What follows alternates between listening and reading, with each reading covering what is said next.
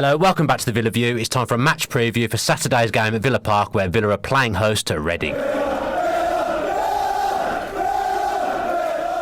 So on the back of 2 draws down, we're still unbeaten. Now we entertain Reading at Villa Park on Saturday.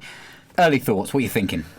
I mean, I said it in the podcast, the fact that we've clawed back a late equaliser in the Brentford game will do us good, because if we'd have lost, we'd be coming into this game with a bit of a negative vibe, whereas now I think we're coming in with a positive vibe, like you've just said. Yep. Still unbeaten, a couple of late goals at Villa Park.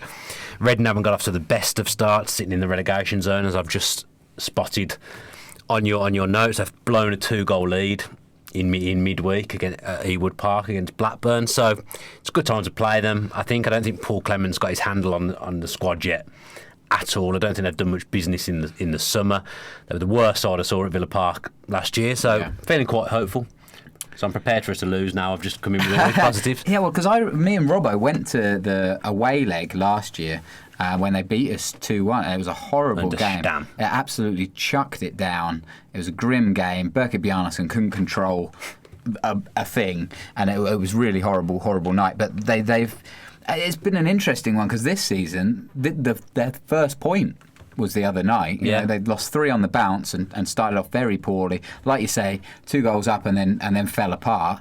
And, you know, Paul Clement is actually a manager that I rate. I'm not sure about him. But now he's had a couple of appointments where he's not done the business, and this is quite a big opportunity for him, and it's not started off kindly at all. No, I mean, it's not an easy job, because they had a certain way of playing under Stam, which is probably the polar opposite of what Clement's looking for. They kind of suffered from a playoff hangover, I think, a little bit, didn't they? They got to the playoff final, didn't make it over the line, much like us, which is another reason why actually our start's pretty impressive. Yep. Consider and the summer we've had. So they had that playoff hangover and had a really bad season last year. Could have gone down, didn't. And as I said, they've not done much business. And I look at them, and they're a bit of an ordinary side. They had the chance to kick on with Stam, and they didn't really take it. And I envisage a long, hard season for them, to be honest. Yeah, they're quite. This is disrespectful to the club, but they're kind of the club that you don't look at with a passion, don't you? You don't look down the fixture list and go, "Oh, Reading are coming to town," or "Great away day in Reading." No, I don't know why that is, but they're not. They don't strike fear into me as a Villa fan, and especially given the game. We are setting ourselves up for an almighty fall here. For sure. But given the performance, and maybe not the result, but the performance of the Brentford game, Villa fans should generally be quite excited about this weekend. Yeah, it's a good chance to build and get another 3 points and push ourselves towards, I know it's very silly early days, but push ourselves towards that top term, and we can go top if results go our way. I was going into the Brentford game pretty negative, expecting to get beat. I'm going into this one fully expecting 3 points and perhaps some goals. Maybe a clean sheet. Yeah. A clean sheet would be an achievement, wouldn't it? That would be nice to see. When I think of Reading, the thing I associate them with is David Brent supports them. That's literally the first thing that pops into my head. Maybe that's why I think they're so boring. Probably tells you everything about them, really, doesn't it? Yeah. That's fair enough. I don't mind that. Do you see, where are the biggest threats that Villa could cost themselves? Well, defence, because if there's one thing we haven't looked so far this season, it's sturdy. At the back, I said in the podcast, I keep thinking, probably Jednak won't play centre-back next game, but then he ends up there. Again, if ever there was a game to try the Twanzebe and Chester partnership in the league and be a bit more adventurous with Al Mohammadi at right back, it's this game.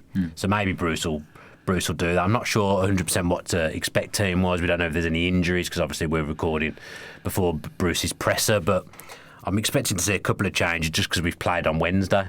So I'd expect Jednak coming out to be one of them. Mm-hmm.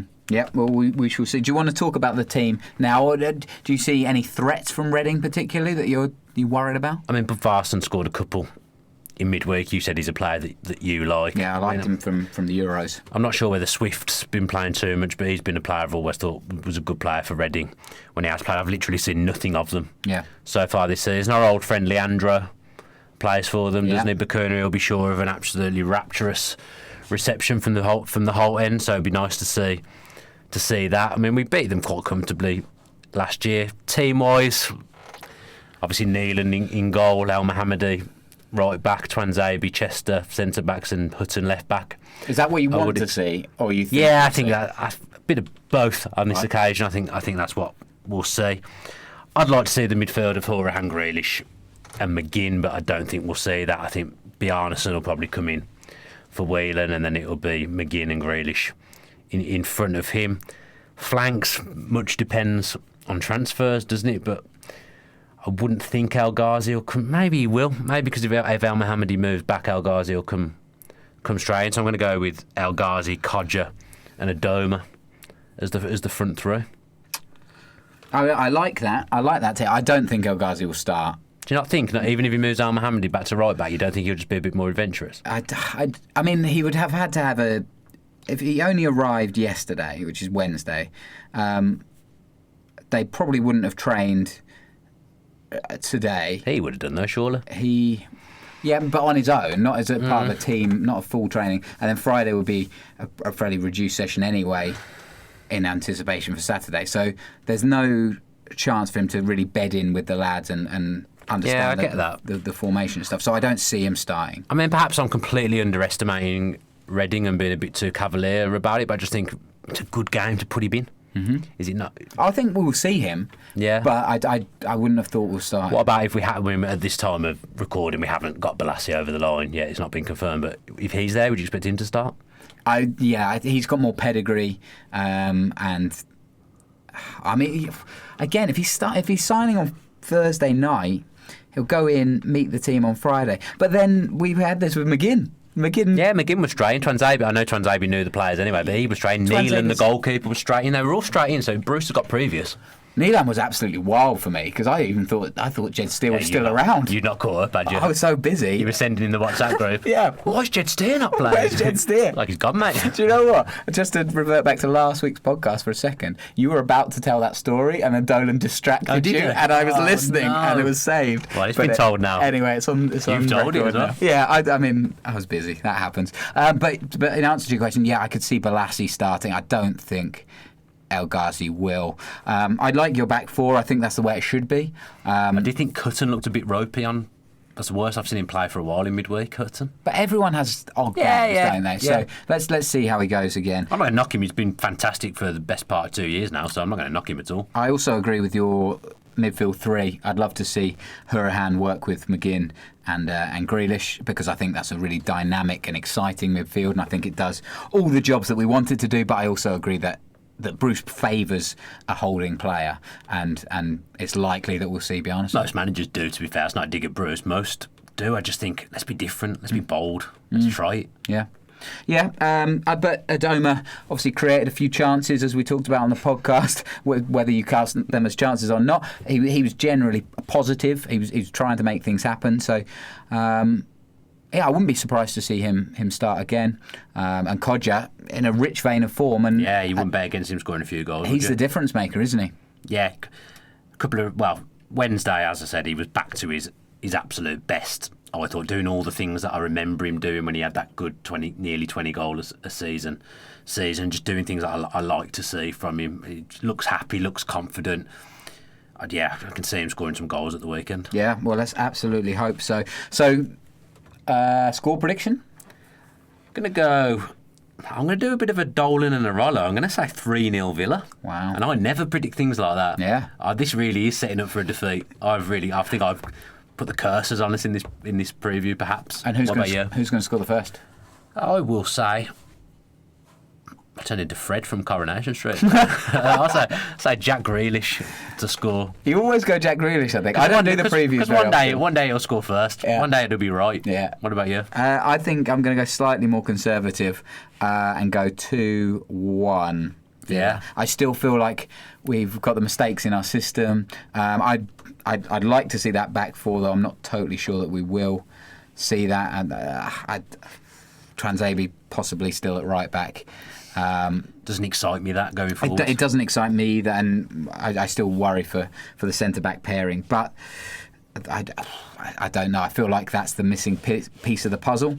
And if Bruce can put the defensive solidly together and get Chester and Twanzebe a relationship that works for us, then we really will kick on for the rest of the season. So I'm going to go to 2-1 Villa, and I think I'm going to go Kodja safe to score because I love I love seeing him back in form. I hope the fans are all getting behind him and loving his work. And I hope he's loving playing football, because when he's on top of his game, he's an absolute weapon in this league. I suppose as well, when you've missed as much football as he has, you do wonder if you'll come back and be the same player. Sure. I would imagine. So credit to him for the mental strength to bounce back from 2 bad injuries. And I know he's done nothing yet, essentially, long term, but he looked back to his best last night. That's great to see. I think we're going to go 2-0 up, and then about 72 minutes. They're very precise. They're going to score, and we're going to hold on. I mean, we don't like to make life easy for ourselves, so that wouldn't be a surprise. But it's very thorough with your predictions of goal times there. Go big or go home. Yeah, it's a shame Fan Score's not still around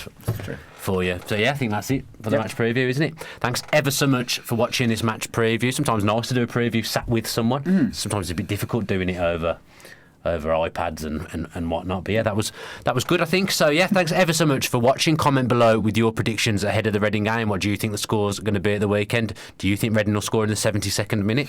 Let us know. Give the video a like as well if you have enjoyed it, and if you're not already subscribed to the Villa View with your post notifications on, then make sure you're doing that, and you'll know when our content is coming before anyone else. Podcast has just been done. We've done that before this match preview, so if you haven't listened or watched that yet, then make sure you're doing that for us. Really, really helps us. The more views we can get, the better. Perhaps a transfer announcement, we don't know. We've prepped one, so we don't know whether that will have gone out by the time this match preview rolls round, but if that is out, then go back and watch that as well. Thanks ever so much for all your support. We'll be doing fan cams after the game as well, before I forget to say that. So fan cams will be outside the whole end as normal, with myself and Rollo on the camera. Thanks ever so much for watching. Thanks for all your support. Up the Villa. Of the Villa. If you enjoyed that video, why not watch another? Click the video choices on screen now to go and watch them in full. Be sure to subscribe to the channel by clicking our logo there on the left. Easy peasy.